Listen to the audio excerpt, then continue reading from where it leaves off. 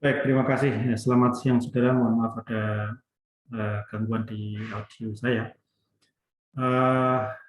Kita lanjutkan hari ini tentang legalitas dan etika, sebagaimana yang kita sudah bahas bersama tentang konsep program keamanan informasi itu menggunakan model Mogamber Cube, yang di mana di situ ada tiga aspek dari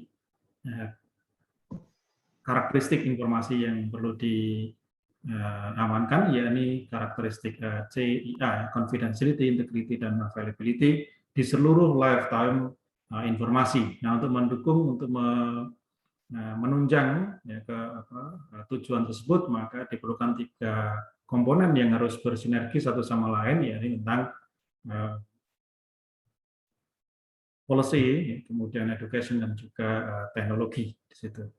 Nah, hari ini kita akan fokus pada policy, pada regulasi, bagaimana suatu program keamanan informasi itu bisa dijalankan dalam sebuah sistem.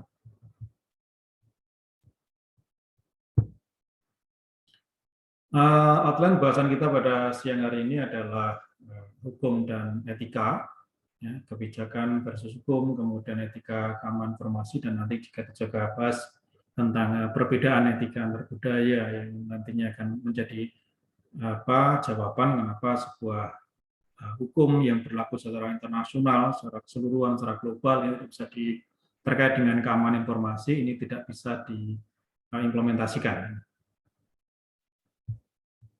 Nah, sebagai pendahuluan, ya, nah kalau di sini dinyatakan adalah seorang profesionalis di bidang keamanan informasi ini mesti memahami ruang lingkup dan tanggung jawab tentang legalitas dan etik. Tapi kalau saya memandang bahwa tidak hanya profesional aja di bidang keamanan informasi, tetapi juga kita semua, ya, user yang ada dalam sebuah sistem informasi perlu memahami tentang lingkup tanggung jawab pada legalitas dan etika pada suatu organisasi, terutama di dalam yang pengelolaan sistem informasi. Jadi kita semua sebagaimana yang kita ketahui bahwa user pun itu juga ini dari level berapapun itu punya tugas tanggung jawab untuk mengamankan informasi-informasi yang menjadi hak aksesnya. Jadi mereka punya kewenangan, punya hak akses, diberikan hak akses. Nah, itu maka ada suatu tanggung jawab di situ yang harus dilakukan, yakni untuk mengamankan. Sehingga dengan demikian, segera semua user yang ada pada sebuah sistem informasi itu perlu untuk bisa mengetahui legalitas etik, apa yang boleh, apa yang tidak boleh, dan bagaimana seharusnya di dalam mengelola informasi yang menjadi kewenangannya.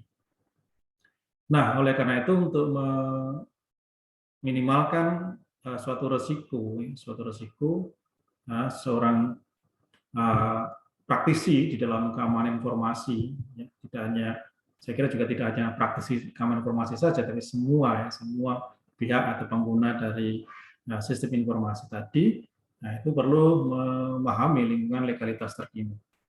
Jadi artinya hukum, tata aturan itu juga berkembang secara dinamis, ya.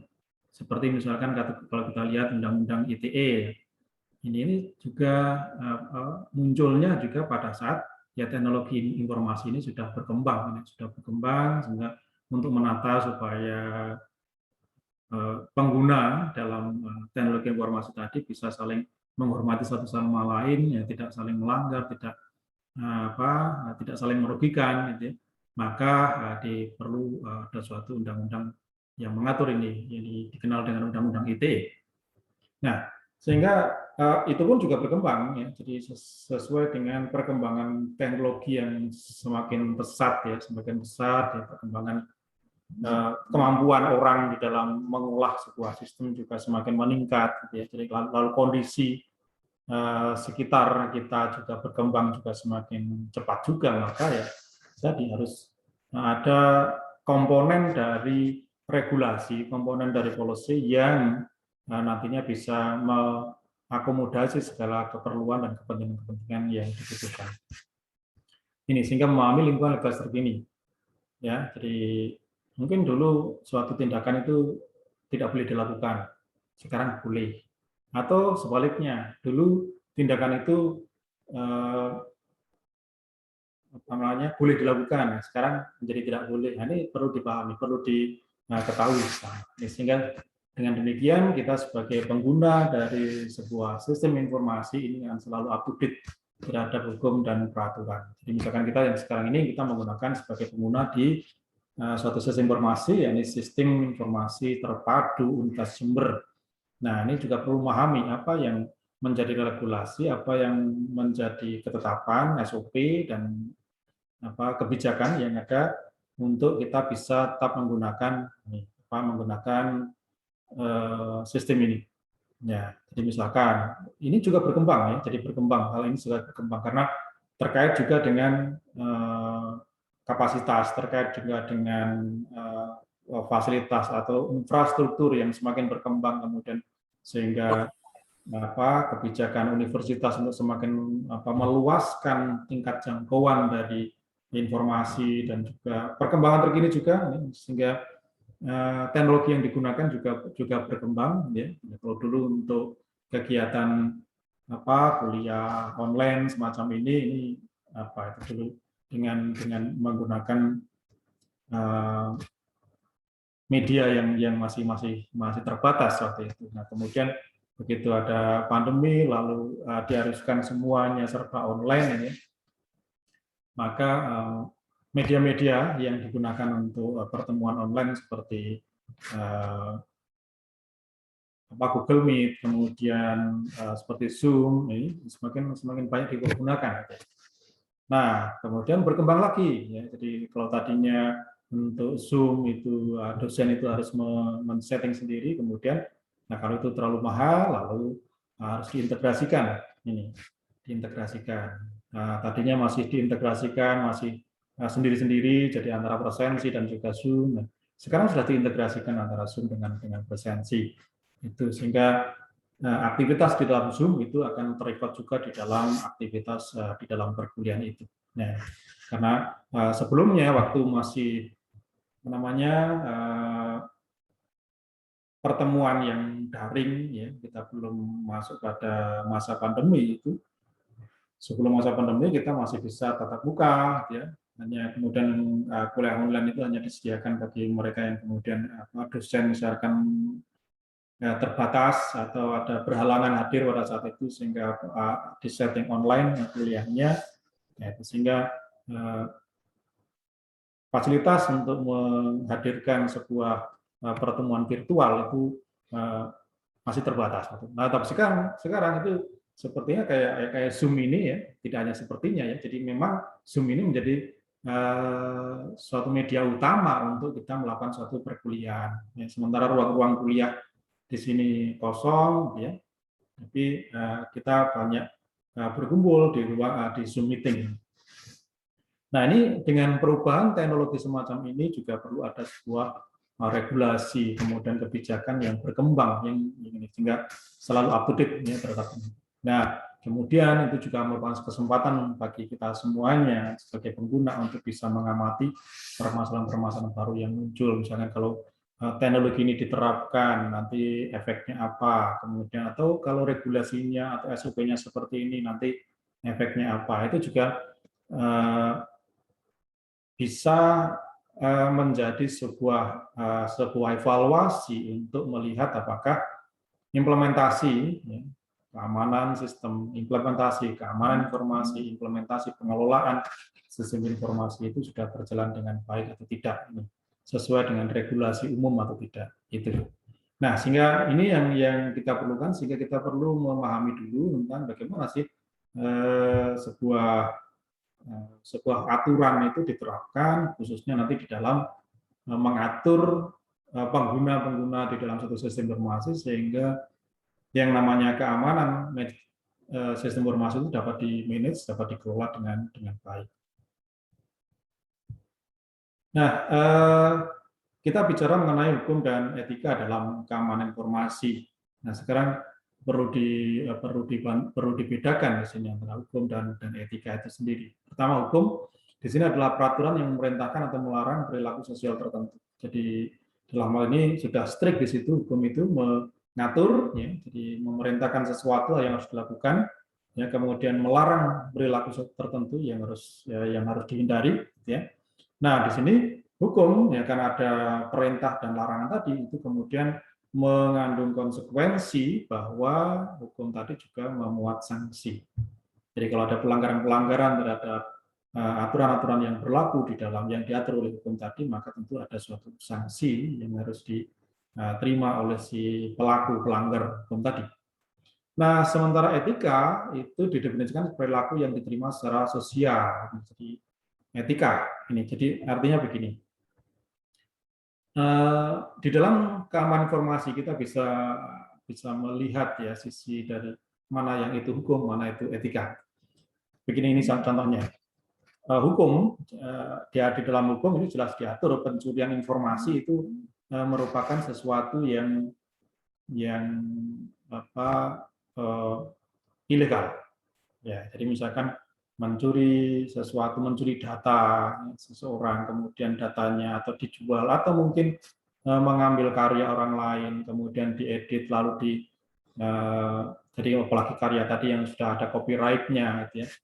Ya, maka itu nanti akan ada konsekuensi hukumnya. Orang bisa menuntut, itu milik saya, itu karya saya, kenapa sekarang menjadi dimodifikasi kemudian diberi label namanya dia, seperti itu, diklaim miliknya. Nah, itu kan pemilik aslinya atau pemegang copyright-nya itu bisa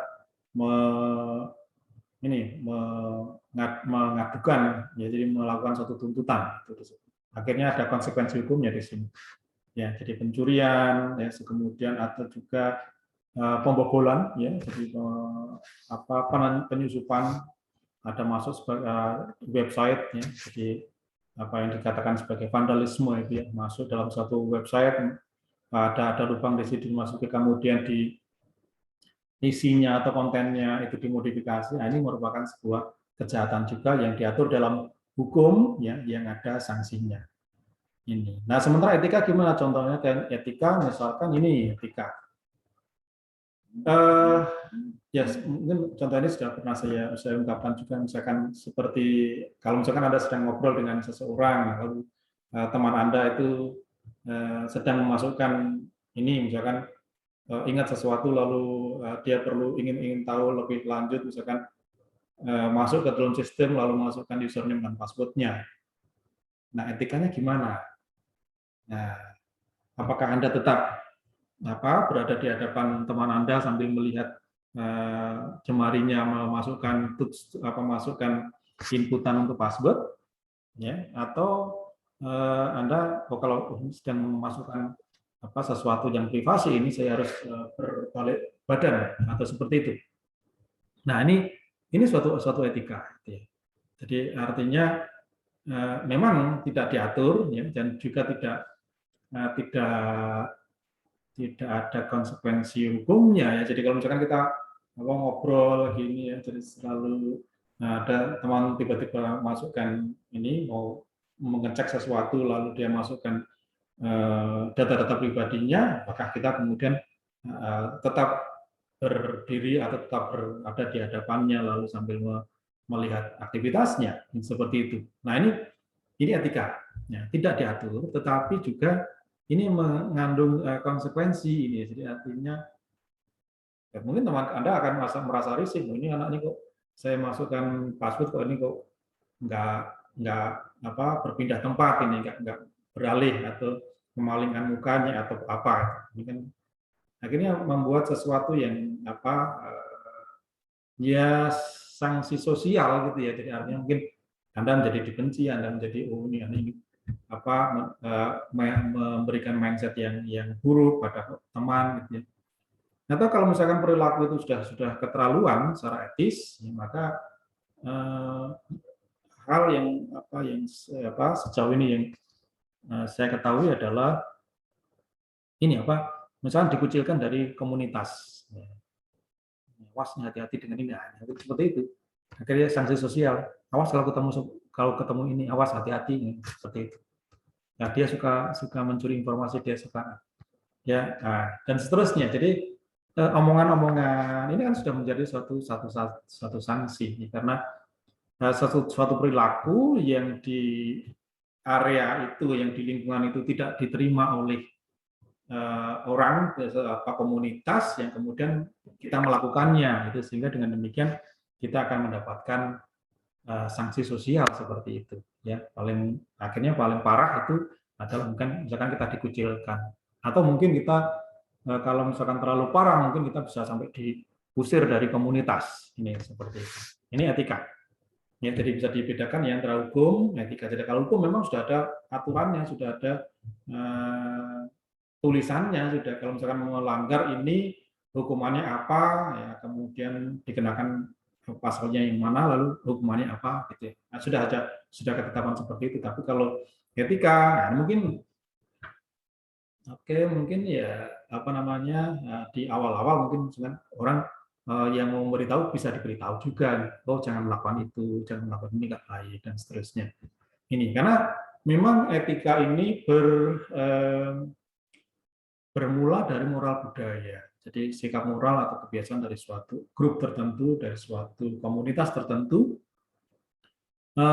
yang menjadikan etika itu lahir. Jadi ya kebiasaan-kebiasaan yang kemudian akhirnya dalam komunitas tadi akan muncul, oh ini tindakan ini baik, tindakan ini tidak baik, gini. Bukan langsung strict benar atau salah, gitu ya. Kalau benar atau salah itu nanti di ranah hukum. Jadi kalau misalkan sudah diatur di situ, kalau misalkan tidak sesuai dengan apa yang tertulis dalam hukum, dalam aturan, itu salah. Ya, ini kalau salah berarti ada sanksinya. Nah, kalau etika itu ya akhirnya ranahnya masih baik atau buruk. Kalau misalkan baik ya oke dilakukan, kalau tidak baik. Tapi kemudian nanti juga apa namanya, kita bisa melihat perbedaan budaya yang menyebabkan suatu perilaku itu mungkin dinilai baik oleh suatu komunitas, tapi juga bisa juga dinilai tidak baik juga di komunitas yang lain. Nah, sehingga secara singkat, hukum itu membawa sanksi dari otoritas pemerintah yang berkuasa pada saat itu, sementara etik tidak. Ya, karena tidak ada yang aturan secara ada bukunya, ada pasalnya, lalu ada ketentuan sanksinya, tidak ada. Jadi etika ini ditentukan sebagai perilaku yang diterima secara sosial di suatu lingkup komunitas. Nah, selain hukum tadi ya, kita masih bicara mengenai hukum ya, secara legal itu ada yang namanya disebut sebagai liability organisasi, di mana di situ liability adalah suatu kewajiban legal dari sebuah entitas yang melampaui hukum pidana atau perdata. Oke, misalkan begini, ada anggota organisasi, ya, misalkan ada anggota organisasi yang melanggar hukum, ya, jadi melanggar hukum, maka ya pasti karena melanggar hukum, maka si anggota organisasi tadi akan menghadapi sanksi hukum. Gitu. Nah, tetapi di pihak organisasi kemungkinan ada juga kebijakan-kebijakan yang mengatur itu. Jadi kalau misalkan ada seseorang yang melanggar hukum dengan kekuatan hukum yang tetap, ya, jadi misalkan sudah diputuskan, sudah divonis, ya, maka kemudian apa sanksinya? Oke, mungkin pemecatan kalau itu pegawai, atau mungkin juga penundaan kenaikan pangkat atau penurunan pangkat, ya, bisa jadi banyak atau mungkin diskors, nah, sanksi-sanksi seperti itu. Jadi ini merupakan suatu kebijakan yang diambil oleh organisasi sebagai yang mengiringi kalau misalkan ada ada anggotanya melanggar hukum. Jadi seorang yang melanggar hukum, seorang anggota suatu organisasi yang melanggar hukum itu akan menghadapi dua hal di sini, yang jadi tuntutan hukum itu sendiri dan juga sanksi yang diberikan oleh si organisasi sesuai dengan ketentuan yang berlaku. Nah, sehingga dengan demikian perlu ada suatu care di sini, ada perlu kepedulian di sini, yakni jaminan bahwa para pekerja yang ada di dalam suatu instansi atau organisasi tadi perlu mengetahui apa yang boleh dan apa yang tidak boleh, dan apa konsekuensinya dari sebuah tindakan. Ya, terutama di dalam kalau kita lingkup yang lebih lebih fokus lagi, misalkan di bidang dalam sebuah sistem informasi, apa yang boleh dilakukan, apa yang tidak boleh dilakukan, dan apa konsekuensinya kalau kita melakukan itu. Kemudian sehingga perlu juga ada suatu due diligence di sini yang menyatakan bahwa upaya yang valid untuk melindungi pihak lain. Jadi artinya begini, kalau misalkan ada suatu anggota organisasi mungkin juga melanggar hukum dan dari tindakannya kemudian merugikan pihak lain, ya, maka pihak organisasi juga perlu memperhatikan hak-hak dari pihak lain tadi, gitu. Ya, jadi bertanggung jawab juga terhadap itu. Mungkin kalau misalnya ya contohnya kalau seandainya harus ada ganti rugi itu ya, mungkin ya diatur misalkan ya 50% dari si pelaku, kemudian 50% dari organisasi, atau mungkin 100% semuanya di pelaku. Tapi di sini dalam hal ini ada regulasi, ada kebijakan dari organisasi untuk bagaimana penanganannya terhadap hak-hak orang lain di luar organisasi yang dirugikan tadi. Nah, kemudian di dalam rangka untuk penyelidikan sebuah kasus, maka di sini ada yang namanya jurisdiction, di mana di situ itu merupakan kewenangan atau hak pengadilan untuk mendapatkan informasi dan untuk bisa mendapatkan kerjasama dari organisasi supaya suatu kasus itu dapat diselesaikan, diselidiki dengan baik dan tuntas. Oke, nah tadi bersambung tadi dari etika tadi ya, etika, kemudian moral budaya atau kebiasaan yang berlangsung di sebuah lingkungan kerja, gitu ya. Maka kemudian muncul suatu kebijakan. Jadi kebijakan dan hukum. Bagaimana itu yang perbedaannya? Nah, hukum ini misalkan sudah ada suatu aturan hukum tertentu yang sudah ditetapkan oleh pemerintah, misalkan di tingkat nasional berlaku untuk seluruh warga negara Indonesia, atau mungkin di tingkat provinsi berlaku untuk yang warga provinsi, atau dari tingkat kabupaten itu hukum. Nah, maka kemudian implementasi di organisasi perlu ada suatu kebijakan dari pimpinan organisasi. Contohnya yang mudah itu yang sekarang ini beberapa akhir-akhir ini pemerintah ini sedang menyelenggarakan ini yang namanya PPKM, pembatasan kegiatan masyarakat, PPKM mulai dari level 4, level 3, level 2, level 1 gitu. Lalu diperpanjang lagi. Nah, di tingkat nasional diatur, di tingkat daerah diatur, di tingkat kabupaten juga diatur. Nah, sekarang bagaimana implementasinya misalkan di tingkat universitas? Maka perlu ada suatu kebijakan rektor, gitu ya. Nah, ini sudah ditetapkan seperti ada PPKM, maka kemudian diatur ya, kebijakannya, implementasinya di universitas, misalkan kebijakan sekian persen work from home, sekian persen work from office. Kalau misalkan bagi mereka yang dapat giliran bekerja di kantor, misalkan apa yang harus mereka lakukan. Ini merupakan implementasi gitu. Jadi artinya kebijakan tadi merupakan suatu implementasi hukum di dalam sebuah organisasi yang diambil oleh pimpinan organisasi, sedemikian hingga kebijakan ini tidak boleh bertentangan dengan yang namanya hukum. Ya, jadi tidak boleh bertentangan dengan hukum itu sendiri. Ya, jadi, tapi kebijakan tadi diambil ya untuk mengimplementasikan hukum dalam organisasi. Kebijakan tadi diambil sesuai dengan keadaan, kondisi yang terjadi di dalam lingkup organisasi tadi. Ini. Nah, sehingga di dalam penerapan dari pengambilan suatu kebijakan itu ada kriteria-kriteria yang harus dipenuhi. Ini. Ada 5 kriteria supaya sebuah kebijakan tadi dapat ditegakkan dan dilaksanakan dengan baik di dalam sebuah komunitas, sebuah organisasi. Jadi diskriminasi ada review, ada comprehension, ada compliance, dan uniform enforcement. Diseminasi. Sebuah kebijakan itu harus disebarluaskan, harus disosialisasikan. Ya, sehingga dengan demikian semua pihak bisa mengetahui dan semua pihak bisa melaksanakan dengan baik.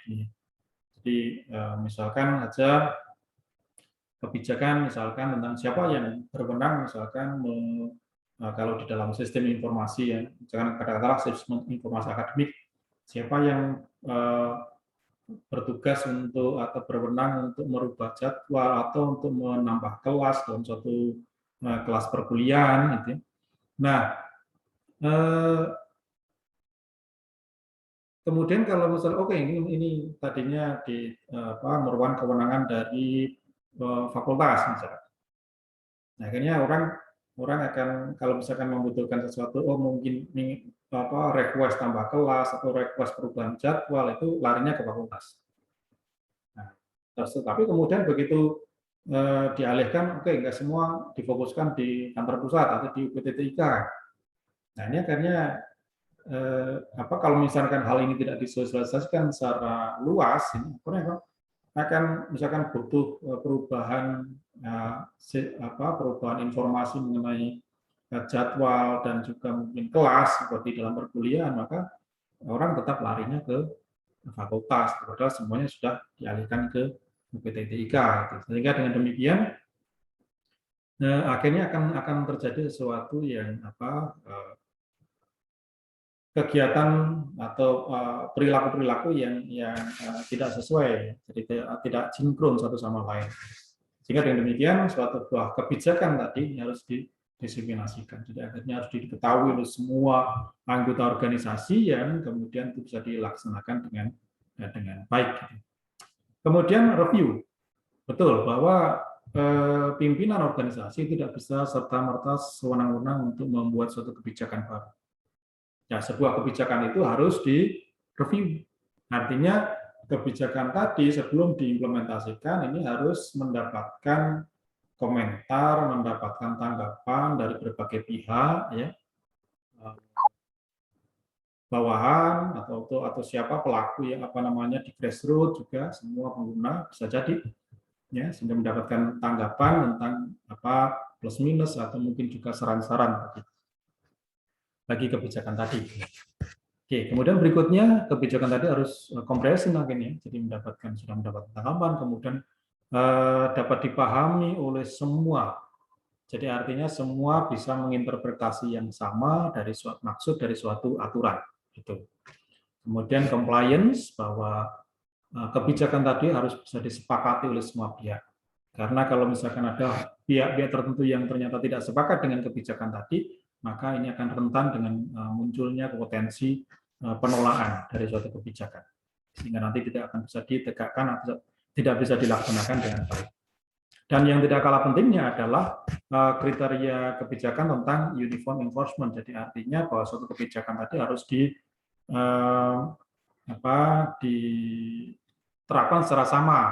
Jadi misalkan saja ada aturan bahwa terkait dengan kewenangan seseorang terhadap suatu informasi, maka kalau misalkan seseorang yang sudah diberikan hak akses ternyata kemudian membocorkan informasi kepada pihak lain dan itu ketahuan, maka misalkan konsekuensinya hak aksesnya akan dikurangi, ya, akan diturunkan atau mungkin dihilangkan sama sekali. Nah, itu harus diterapkan secara sama suka. Misalkan kalau tidak hanya bawahan, pimpinannya juga ternyata membocorkan suatu informasi yang tidak boleh menjadi hak aksesnya, maka itu pun juga konsekuensi atau sanksi tadi juga harus diimplementasikan kepada pimpinannya juga, gitu ya, seperti itu, atau dikurangi hak aksesnya atau mungkin juga diberikan sanksi yang lain sesuai dengan kesepakatannya. Itu. Jadi sehingga dengan demikian sebuah kebijakan itu bisa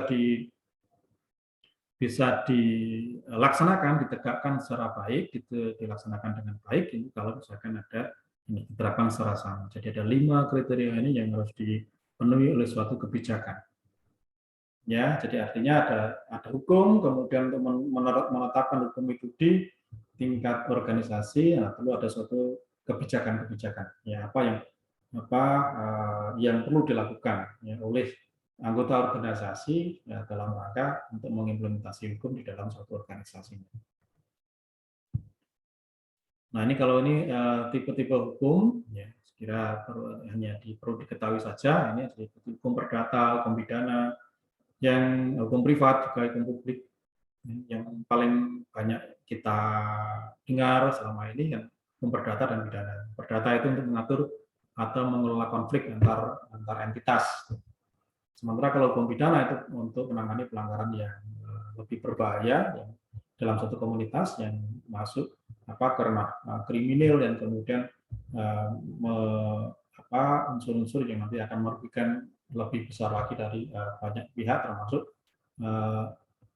negara, termasuk organisasi, termasuk orang lain juga. Ini hukum pidana. Oke, jadi ini tipe-tipe hukum, jadi perlu Anda ketahui saja. Nah, kemudian ada langkah lingkup yang luas adalah hukum internasional. Banyak sebenarnya dalam aspek kehidupan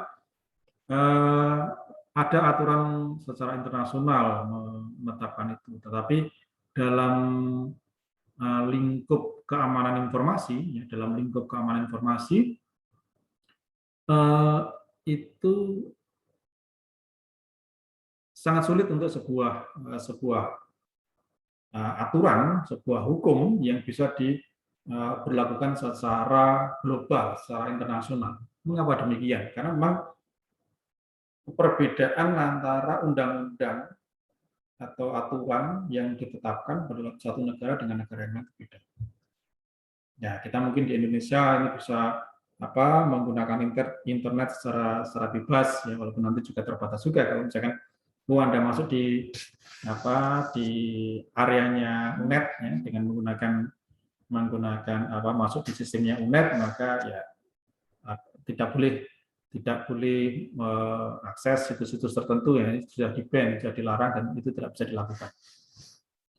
Jadi tetap kita tapi secara umum ya di Indonesia bisa menikmati layanan internet dengan baik. Ya. Tapi mungkin di negara lain, mungkin seperti Korea Utara di mana ada larangan untuk penggunaan internet seperti itu. Ya. Jadi ini merupakan suatu pelanggaran di sana kalau orang menggunakan internet. Jadi harus hanya boleh misalkan mendengarkan berita-berita yang dari pemerintah saja, tidak boleh mengakses informasi yang dari luar dan seperti itu. Mungkin itu diterapkan di mereka sehingga dengan demikian karena ada perbedaan-perbedaan aturan penyelenggaraan itu, maka hukum yang berlaku untuk semua orang di seluruh dunia secara global yang terkait dengan keamanan informasi ini sulit untuk dilaksanakan. Hanya mungkin nanti ada, lalu bagaimana untuk bisa nanti ada standarisasi? Iya, standarisasi tetap ada, tetapi di dalam implementasinya ini untuk etik atau untuk legalitas itu nanti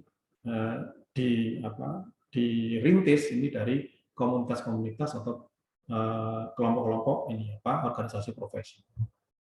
Ini ya ini. Oke, nah sehingga untuk beberapa kelompok itu ada konvensi-konvensi, akhirnya perjanjian-perjanjian seperti misalkan di Eropa, kayak seperti misalkan untuk konvensi tentang kejahatan cyber, apa yang harus dilakukan. Tapi itu berlaku hanya untuk di Eropa saja. Karena apa?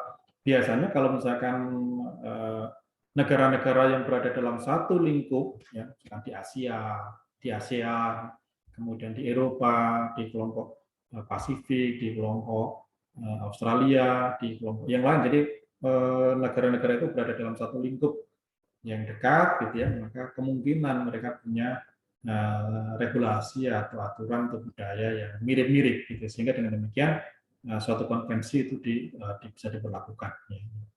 Tapi konvensi yang dilakukan di Eropa ini terkait dengan European Council Cybercrime Convention seperti ini juga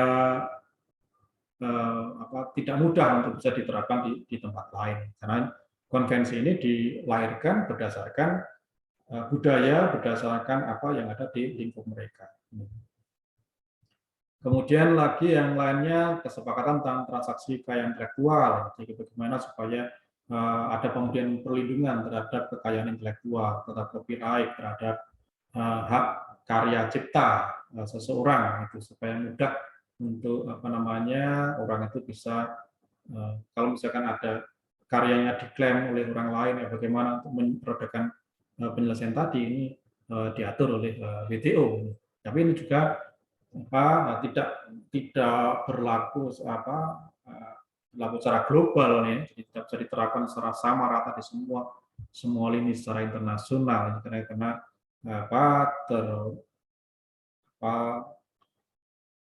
terkendala dengan perbedaan antara aturan atau undang-undang satu dengan yang lain. Kemudian ini di Amerika terkait dengan copyright, ya, ada Digital Millennium Copyright Act itu di MCA, ini disusun di United States, ya, sehingga di lingkup di area Amerika Serikat ini akan bisa diterapkan, tapi sulit untuk bisa diterapkan di tempat lain. Di tempat lain mungkin di proteksi Asia dan sebagainya mungkin bisa mengadopsi ini, ya, tapi tidak sepenuhnya karena mungkin budayanya juga sudah beda. Kemudian kalau terkait dengan copyright ini di Eropa, ini ada European Union Directive yang nantinya ya, ini untuk menambahkan perlindungan terhadap individu pada pergerakan datanya.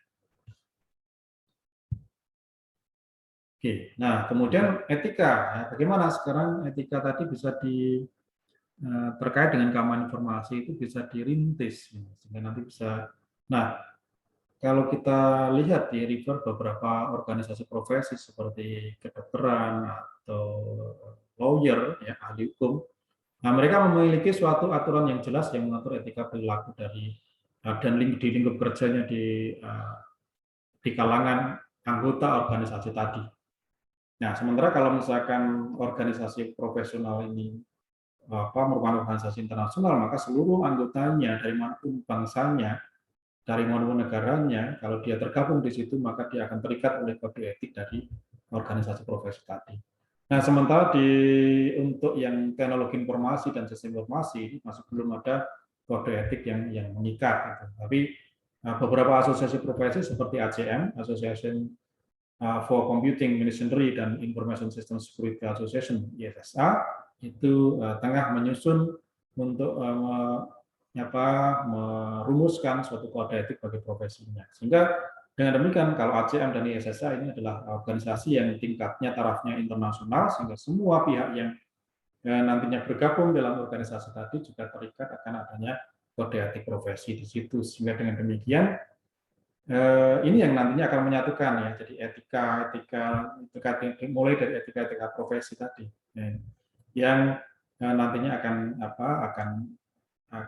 bisa, ya, diharapkan bisa kemudian melebarkan, yang menularkan etik-etik tadi ke masyarakat di sekitarnya. Tapi kalau yang ini yang karena keterikatan tadi, ya setiap anggota organisasi akan terikat dari kode etik dari organisasinya. Nih, oke. Nah terkait dengan etika kita menggunakan komputer, ini dalam komputer ini kita beberapa hal yang mungkin saya kira Anda sudah familiar dengan ini, ya. Jadi seperti misalkan ini hanya sangat jelas, ya, tidak menggunakan komputer untuk mengganggu orang lain. Jadi ngapain mengganggu orang lain? Jadi kita komputer yang mengerjakan tugas kita sendiri, mengerjakan pekerjaan kita sendiri, ya. Maka ya kurang kerjaan kalau misalkan sampai menggunakan komputer itu untuk mengganggu orang lain. Ya, kemudian tidak menginterferensi pekerjaan orang lain itu jelas, ya. Jadi ini karena terkait dengan masalah privasi juga. Kemudian tidak mengintip file komputer orang lain. Oke, itu etik, ya. Jadi itu etik, ya, tidak mengintip file, ya. Tapi kalau mengintipnya itu keterlaluan, gitu ya, sampai nanti dia bisa mencuri informasi, ya, maka nanti bisa larinya ke ranah hukum pidana tadinya, hukum itu. Tapi kalau ini etik, kalau masih etik, ya etika kita di dalam menggunakan komputer. Kemudian tidak menggunakan komputer untuk mencuri, ya, jelas. Ini sudah ranahnya nanti ranah pidana kalau digunakan untuk mencuri. Kemudian menggunakan komputer untuk tidak menggunakan komputer untuk memberikan kesaksian palsu. Nah, ini juga ranahnya nanti bisa ranah ke hukum pidana, ya. Jadi kalau kesaksian palsu, ini ada undang-undangnya yang kalau itu dilanggar itu pasti akan ada sanksi pidana. Kemudian tidak mengcopy atau menggunakan proprietary software yang belum dibeli. Nah, ini yang masih abu-abu, ya, kalau apalagi di Indonesia. Nanti kita akan lihat bagaimana budaya, ya, kita dengan budaya dari negara lain terkait dengan hal seperti ini. Ya, jadi artinya bahwa kalau kita belum punya lisensinya, ya kita belum boleh menggunakan software itu, mestinya seperti itu, karena itu terkait dengan copyright, terkait dengan hak karya cipta, ya, jadi karya cipta intelektual tadi. Nah, kemudian tidak menjiplak. Oke, ini juga bagaimana kita bisa menghormati karya cipta orang lain, seperti itu. Di dalam sekarang sudah mulai ya, sekarang karena dinamika tadi ya, sekarang sudah mulai. Kalau di media sosial itu juga gini. Jadi kalau di media sosial kita biasanya ya udah ngambil gambar orang lain, kemudian kita modifikasi, kemudian kita share lagi ke grup kita yang lainnya. Itu sepertinya menjadi suatu hal yang biasa. Tapi sebenarnya ini kan kalau seandainya itu karya ciptanya adalah karya yang punya value yang tinggi, ya ini yang bisa merugikan pemilik aslinya. Sehingga dengan diperlukan memang bahwa kalau kita dari yang pertama dari sumbernya dulu. Jadi kalau sebelum mengupload sesuatu, kalau itu ada merupakan karya cipta kita yang harus dilindungi, kita perlu perlindungan, ya harus dicatatkan copyright-nya, harus dicatatkan hak kekayaan intelektualnya itu. Atau mungkin nanti dari situ lalu kalau itu berupa image atau berupa video atau berupa sound, itu bisa kita sisipi dengan watermarking, yang nantinya kalau seandainya karya itu setelah di-share, kemudian lalu dimodifikasi orang lain, lalu diklaim oleh orang lain, ya kita bisa jadi bisa membuka watermarking-nya dan untuk menunjukkan bahwa karya cipta itu adalah belong to us, ya, jadi milik kita. Ini seperti itu, kita punya buktinya. Ini sehingga terkait dengan karya cipta tadi, maka di beberapa platform media sosial seperti Facebook dan YouTube ini sudah mulai diberlakukan, gitu. Seperti misalkan kalau di Facebook, ya kalau kita bikin video, ya, jadi begitu video, lalu videonya kita upload sebagai status kita, gitu ya. Gini, walaupun sebenarnya ya kita tidak sengaja untuk menayangkan, misalkan ini kita dalam suatu perjalanan, ya, sebenarnya kalau kita nyetel musik, kemudian di dalam perjalanan lalu ada suatu pemandangan yang bagus, lalu kita mengabadikan itu, ya, sambil berjalan mengabadikan itu sambil juga mendengarkan musik. Nah, selesai, video itu mau kita jadikan konten di akun Facebook kita upload di situ. Nah, tadi kalau musiknya tadi, ya, musik yang terekam juga di dalam video tadi, ini suaranya tadi kemudian diidentifikasi bahwa itu adalah musik yang punya copyright, ya, maka kemudian pihak Facebook biasanya meminta kita untuk mendapatkan izin dulu dari si pemegang copyright-nya. Atau kalau tidak, di segmen itu akan dipotong oleh Facebook. Sehingga video kita tidak utuh.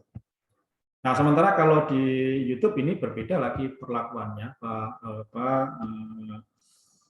regulasinya, yakni kalau misalkan ini kita bikin suatu video, misalkan bikin suatu video, lalu terindikasi misalkan di situ ilustrasi musiknya itu ada copyright dari orang lain, misalkan, maka kita setelah kita upload, kemudian diproses, kemudian masuk pada tahapan ini verifikasi, gitu ya, maka akan terlihat di situ.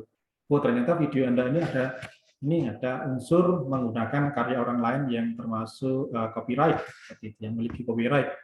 Ya, silakan Anda kalau setuju, nah ini kalau berbeda nih, kalau setuju, maka royalti untuk yang pada bagian segmen yang ada copyright-nya tadi itu nanti akan masuk ke yang pemegang hak ciptanya, pemegang copyright-nya. Gitu. Kalau kita di YouTube kan upload video kita itu diselingi banyak iklan-iklan yang masuk, apalagi kalau videonya panjang gitu. Nah, kalau misalkan ada di segmen itu, maka royalti itu akan jatuh ke mereka yang punya hak cipta, jadi bukan kepada kita. Kalau kita setuju dengan itu, maka videonya akan ditayangkan secara utuh, secara penuh. Kalau enggak, maka itu akan di-cancel atau di-pending. Ya, ini. Nah, sehingga dengan kita perlu bisa menghargai karya orang lain kalau kita mau pakai, ya. Maka setidaknya begini. katakanlah itu adalah sebuah ilustrasi musik yang sudah terkenal gitu, tapi kan ada copyright-nya tentunya. Nah, mungkin kita bisa bisa seperti kalau kita mengutip sesuatu ya kita pasti menyebutkan sumber kutipannya. Nah, maka kalau misalkan kita bikin video, lalu pada satu segmen itu ada musik untuk ilustrasinya, nah maka ada baiknya, seperti yang juga di TV-TV itu ya, sepanjang musik tadi bermain, nah kita menuliskan di situ ada kortesi. Kortesi lagu judulnya apa, atau penyanyinya siapa, atau penciptanya siapa. Nah itu muncul selama lagu itu dimainkan, atau musik tadi dimainkan di dalam video kita. Itu harus ada dimunculkan itu. Ini sebuah salah satu penghargaan terhadap karya cipta orang lain ini. Jadi kita tidak menjiplak, tetapi memberikan sebuah apresiasi. Ya, jadi karena kita menggunakan karya cipta orang lain untuk mendukung konten yang kita buat. Hal berikutnya dari etika berkomputer itu adalah mempertimbangkan konsekuensi sosial dari program yang ditulis atau sistem yang didesain. Ada nanti pasti akan ada di Fakultas Ilmu Komputer ada belajar pemrograman, belajar bikin sistem, bikin aplikasi, gitu ya. Nah, keahlian tadi itu perlu ada suatu pertimbangan. Jadi artinya kalau misalkan kita mendapatkan order suruh bikin aplikasi, nah sebagai orang ilkom, sebagai orang teknologi informasi, kita juga perlu tahu efeknya apa. Ya, jadi kalau saya membuat desain atau saya membuat program ini, saya membuat aplikasi ini, membuat sistem ini, kira-kira nanti efeknya apa ke masyarakat. Ya, jadi apakah ada yang dirugikan atau tidak? Sebab kalau yang ada yang dirugikan, ya, maka nanti konsekuensi hukumnya itu tidak hanya kepada mereka yang order aplikasi tadi, tapi juga kita sebagai pengembang, ya, sebagai developer itu juga kena sanksi. Sehingga ini diperlukan sehingga itu ada pertimbangan apa konsekuensi sosialnya dari program atau aplikasi yang kita buat, gitu, seperti itu. Kemudian harus selalu menggunakan komputer dengan cara memastikan ada pertimbangan terhadap rasa hormat terhadap sesama manusia. Artinya jangan menggunakan komputer kemudian yang nantinya akan mencederai ada isu-isu sara misalkan seperti itu ya, ada agama, ras atau suku ya, ini yang kemudian menghina yang pihak-pihak lain, itu jangan sampai itu terjadi. Ya, jadi akhirnya harapannya kita bisa menggunakan komputer itu secara beretika, secara dapat bermanfaat, ya, bisa bermanfaat bagi semakin banyak orang. Ya. Kalau tidak bisa bermanfaat, paling tidak merugikan orang lain. Itu etika di dalam berkomputer. Nah, saat ini pemerintah melalui Kementerian Kominfo, ya ini sedang gencar ini melakukan adanya webinar literasi digital. Yang mulai bulan Mei 2021 sampai dengan nanti akan Desember 2021 digencarkan ini adanya webinar tentang literasi digital. Sehingga diharapkan dengan literasi digital tadi masyarakat akan semakin banyak yang punya pemahaman yang baik terhadap media sosial, terhadap bagaimana mengupload sesuatu informasi, bagaimana membedakan antara mana yang hoax dan mana yang tidak hoax, dan bagaimana menggunakan karya cipta orang lain, dari bagaimana menghargai karya cipta orang lain dan sebagainya, itu semakin dimatangkan. Harapannya masyarakat semakin dewasa di dalam berliterasi digital tadi. Itu sehingga kalau itu yang terjadi maka akan regulasinya nanti juga akan semakin mantap juga, akan semakin baik juga ke depannya. Nah, ini yang tadi sudah kita katakan perbedaan etik antar budaya. Jadi artinya ini hal yang satu hukum tidak bisa diberlakukan untuk seluruh secara internasional karena perbedaan antara ketentuan antara satu tempat dengan tempat yang lain, ya, dalam satu masyarakat dengan satu bangsa dengan bangsa yang lain itu aturannya sudah berbeda-beda.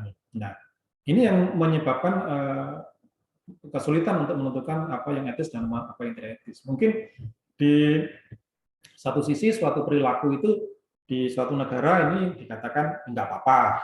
Mungkin juga di tempat lain, oh itu merupakan sebuah pelanggaran hak cipta, misalkan seperti itu. Nah itu kalau dua negara ini ada konflik misalkan karya cipta di negara B tadi yang menyatakan itu perilaku itu adalah pelanggaran karya cipta, kemudian yang kebetulan yang melanggar itu adalah warga di negara yang menyatakan bahwa hal itu tidak apa-apa gitu ya, maka ini akan menjadi suatu hal yang sulit untuk dipertemukan kalau terjadi konflik semacam ini. Nah ini contohnya dalam banyak hal budaya orang Asia dalam menggunakan teknologi komputer dianggap sebagai pembajakan software oleh bangsa lain. Nah untuk mengilustrasikan ini saya mau cerita pengalaman saya ini waktu studi ya, pertama kali ke Australia itu. Nah saya mindset saya itu masih waktu di Indonesia, saya misalkan kalau ada teman ada punya program baru, software baru, gitu, saya pinjam masternya, lalu saya kopikan ke komputer saya, lalu saya install di situ, tidak masalah, gitu. Nah itu mindset saya terus yang ada di kepala saya seperti itu. Nah begitu di Australia, saya tinggal di tempat yang kebetulan dia adalah bapak kos saya itu adalah ini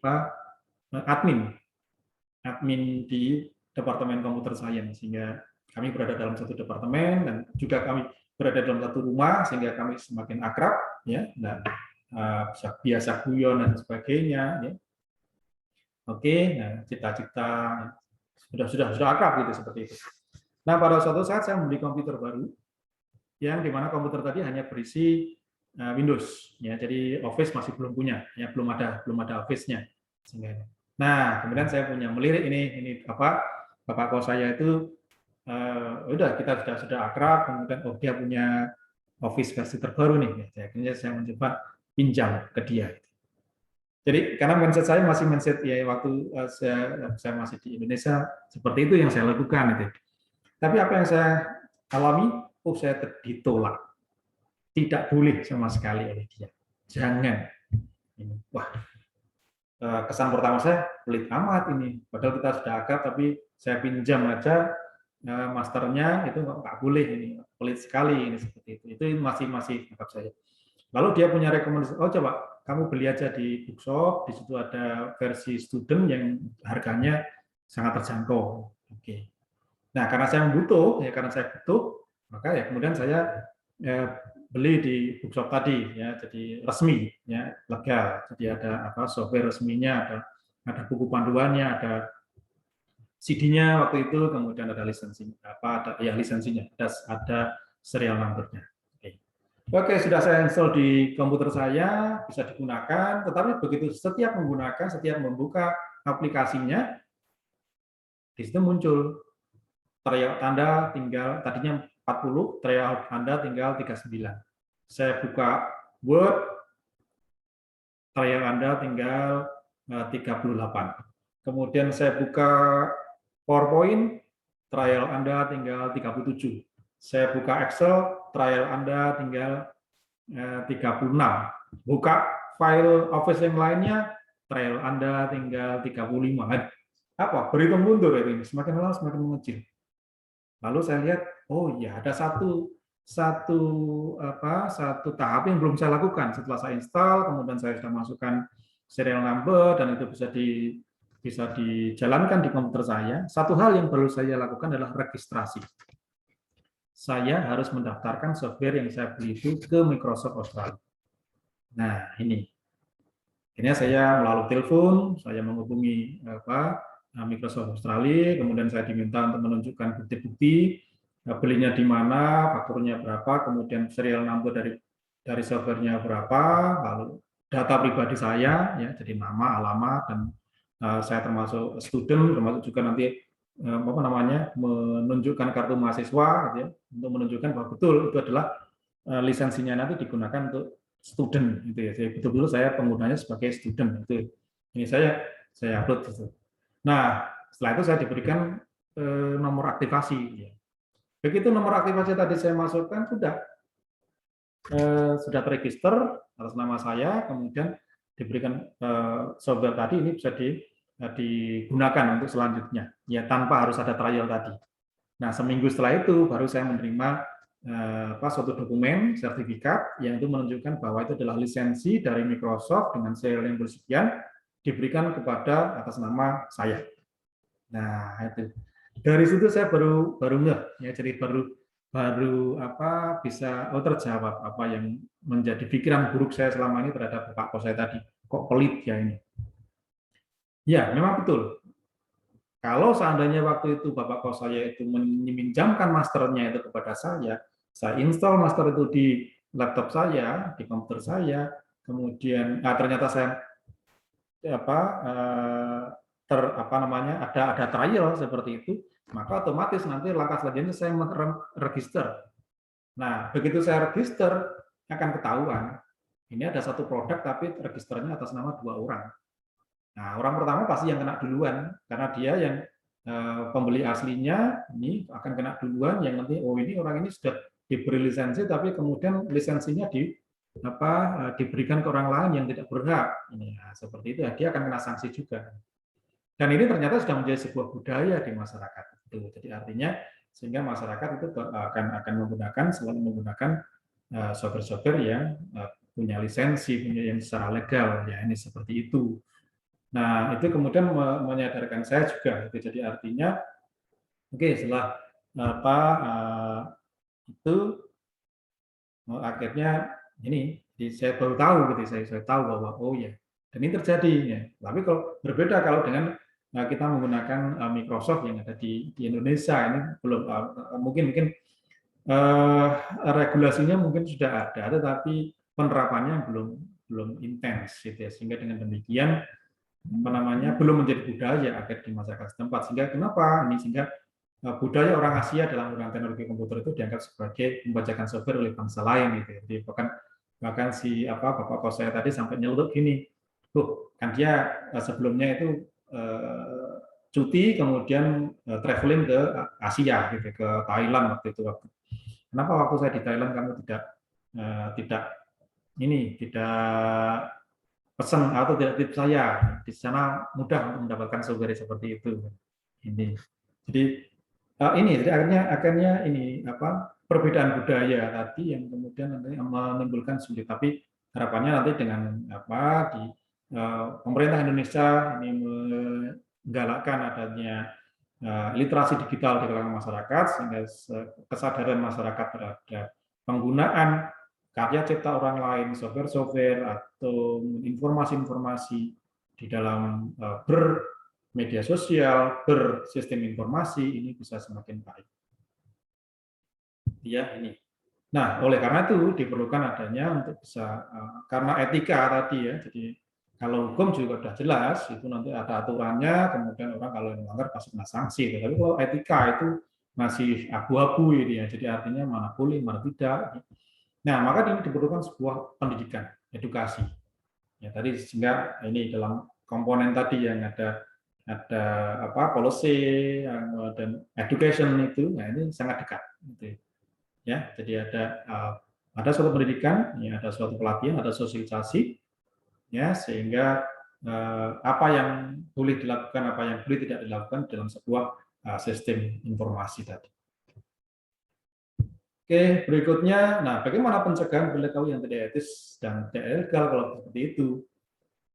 Nah, maka di sini diperlukan adanya hukum, jelas. Kebijakan, ya.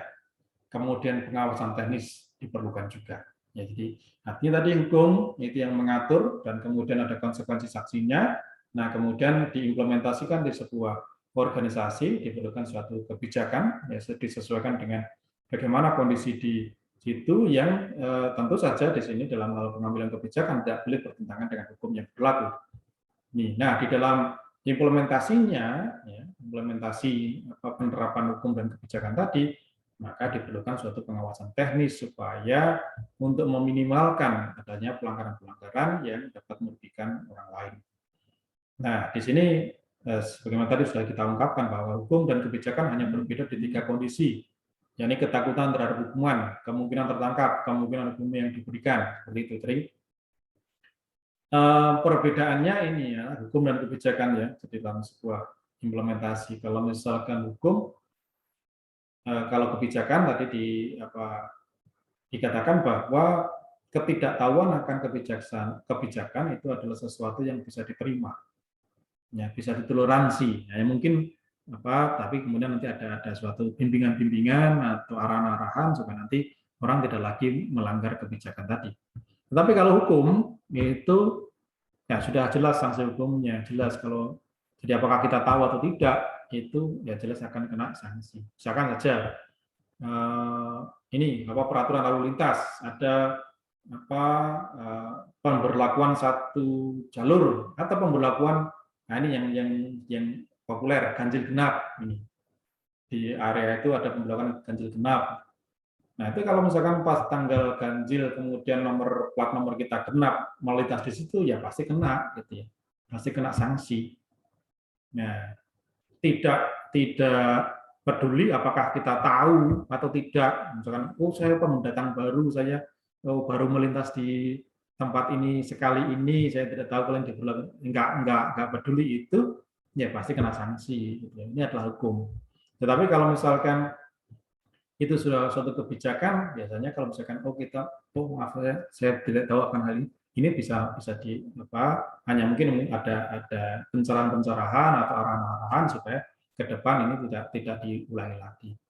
Begitu ya, sehingga di sini ada hukum diimplementasikan bersama dengan kebijakan, disesuaikan dengan kondisi lingkungan setempat, dan di dalam pelaksanaannya perlu ada suatu pengawasan secara teknis sehingga dengan itu kebijakan tadi bisa dilakukan dengan baik untuk pencegahan adanya pelanggaran-pelanggaran atau perilaku-perilaku yang tidak etis atau perilaku yang ilegal ini. Oke, nah tadi sudah kita katakan bahwa kode etik ya itu berawal dari yang bisa memunculkan itu yang paling efektif itu ya dari organisasi profesi tadi. Ya, jadi organisasi profesi ya di bidang TI ada beberapa organisasi profesi seperti misalkan ACM, Asosiasi Computing Machinery, kemudian ISC2, lalu SANS ya, kemudian ISAKA, lalu ISSA ini. Jadi di kelompok-kelompok organisasi profesi ini sudah mulai dirumuskan suatu kode-kode etik ya, mereka profesional, mereka yang tergabung di dalam organisasi tani, ada yang boleh atau tidak boleh ya, apa yang etis dan apa yang tidak etis. Jadi si kode etiknya itu ada ya, ada kode etiknya, sehingga dengan demikian semua anggota ini semuanya adalah organisasi secara internasional. Nanti ada juga tambahan satu IEEE ini bisa juga ya untuk electrical engineering ini berlaku organisasi internasional, sehingga semua orang yang tergabung di dalamnya terikat akan kode etik dari organisasi tadi dari manapun negara mereka, ya, sehingga dengan demikian perilaku etis ya dalam penggunaan teknologi informasi ini akan semakin bisa dikuatkan ya melalui ini kode etik yang dibangun oleh setiap organisasi profesi tadi. Oke, baik, itu yang terkait dengan legalitas dan etika di dalam keamanan informasi. Jadi dengan paparan kita hari ini, harapannya kita akan semakin menyadari tentang bagaimana kita sebagai pengguna, ya, sebagai pengguna dan mungkin juga nanti kita sebagai pengelola juga dalam sebuah sistem informasi itu memahami sikap-sikap atau perilaku-perilaku yang etis ya maupun ya perilaku-perilaku yang tidak etis ya, sehingga dengan demikian kita bisa menghindari yang tidak etis tadi, kemudian kita konsisten melakukan yang baik tepat, kemudian tadi juga ada kan komitmen terkait dengan perilaku berkomputer tadi ya, jadi tidak menggunakan komputer tidak itu dan seterusnya ya. Jadi bagaimana kita bisa menggunakan sebuah teknologi informasi secara bijak sehingga bisa kita memanfaatkannya untuk bisa memberikan manfaat bagi orang lain dan juga menghargai karya-karya orang lain dan lebih baik lagi ya tatanan kehidupan kita. Jadi Artinya dengan teknologi informasi kita tidak lagi asing dengan orang lain, tetapi harapannya teknologi informasi tadi sebagai sarana juga untuk kita bisa berkomunikasi, kita bergaul dengan lebih baik dengan orang lain dan memberikan manfaat yang lebih baik pada sesama kita di sekitar kita. Begitu ya apa yang bisa saya sampaikan pada siang hari ini. Terima kasih atas perhatiannya, terima kasih atas kehadirannya, dan selalu sehat, tetap jaga protokol kesehatan, ya. Semoga pandemi ini segera bisa berakhir dan kita bisa bertatap muka langsung di kampus tercinta Universitas Jember. Baik, saya kira itu yang bisa saya sampaikan untuk topik mengenai legalitas dan etika di dalam keamanan informasi. Terima kasih dan selamat siang. Selamat siang. Terima kasih, Terima Pak. kasih, Pak. Terima kasih, Pak.